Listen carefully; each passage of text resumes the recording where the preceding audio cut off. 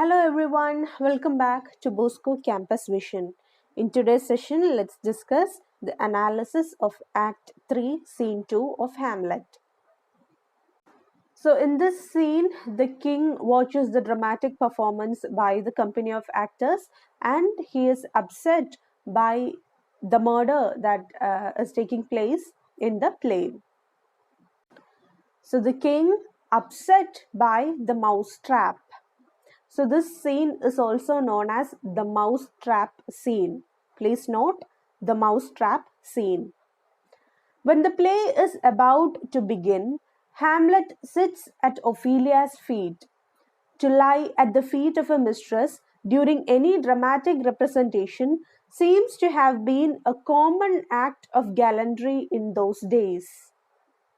So when the play begins, Hamlet comes and sits at Ophelia's feet. And in Elizabethan times, it was considered to be a brave thing to do. When the king asks Hamlet what the play is called, Hamlet significantly answers the mousetrap. We know that in reality, the actors are staging the play called The Murder of Gonzago with a little bit of alterations from the part of Hamlet. But when the king asks Hamlet about the title of the play, he gives the answer that the play is called The Mousetrap. So, why this answer? Why the mousetrap?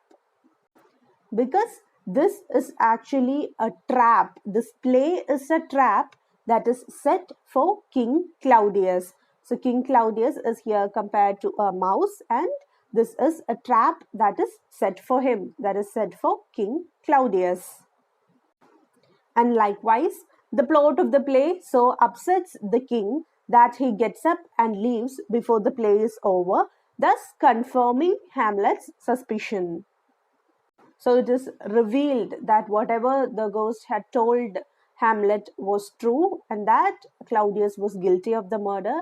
And he is upset by the scene in which the nephew of the king pours poison into the ears of the sleeping king, because that was the manner in which how Claudius killed King Hamlet, late King Hamlet. So the plot of the play upsets the king and he leaves the stage. Hamlet's impatience with the two spies. The two spies are Rosencrantz and Guildenstern. Hamlet shows his impatience with the two spies who have been set upon him by giving them a rebuff in the following words. Why, look you now, how unworthy a thing you make of me. You would play upon me, you would seem to know my stops. You would pluck out the heart of my mystery. Call me what instrument you will, though you can fret me, you cannot play upon me. So here, Hamlet asks them to listen to him carefully. Look you now, meaning listen to me carefully. How unworthy a thing you make of me. He says that how mistaken you are in treating me as if I were a fool. How unworthy a thing you make of me. You would play upon me. You would seem to know my stops. You would pluck out the heart of my mystery. So, you would play upon me, meaning you want to handle me as if I were a pipe, as if I were the musical instrument pipe. You would play upon me. You would seem to know my stops. So you behave as if you knew how I would react to your proposals and suggestions. You would pluck out the heart of my mystery. So you wish to deal with me in this way because you want to know my inmost thinking. You want to know what is in my heart, what is the mystery that is buried in my heart. And that is why you are behaving in this manner. Call me what instrument you will, though you can fret me, you cannot play upon me. So you can call me any instrument you want. You can call me a pipe or any other instrument that you want, and you can only fret me. your mannerisms and your conversations can only irritate me. It can only fret me, and you cannot play upon me. That is, you cannot manipulate me as if I were a mere puppet. So basically, he says that I'm not a fool and you cannot play upon me as if I were a pipe, and you behave as if you know me very well, like how I would react to your proposals and suggestions. And now you're engaging with me only because you want to know what is going on in my mind.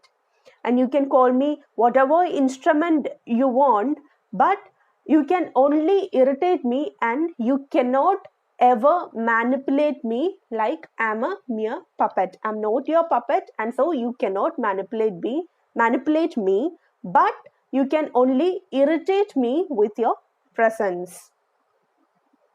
I'll give the explanation of this section in the description box below. Kindly check it out. Moving on, Hamlet's soliloquy, which closes this scene, shows that he is in a bloody mood, but that he will not follow the example of Nero by murdering his mother.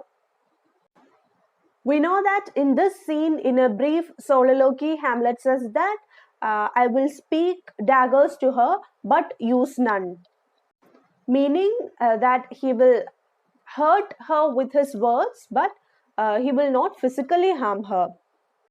So he is saying that unlike Nero, he will not hurt her mother. Nero, he was a Roman emperor, and Nero murdered his mother, who had poisoned her husband. And Hamlet here fears that anger might compel him likewise to harm his mother. So he is saying that he will not follow the example of Nero by murdering his mother here. So he is resolved only to speak daggers to her and not use one. And that brings us to the end of this session. As assignment, comment on the mousetrap scene. Thank you and have a nice day.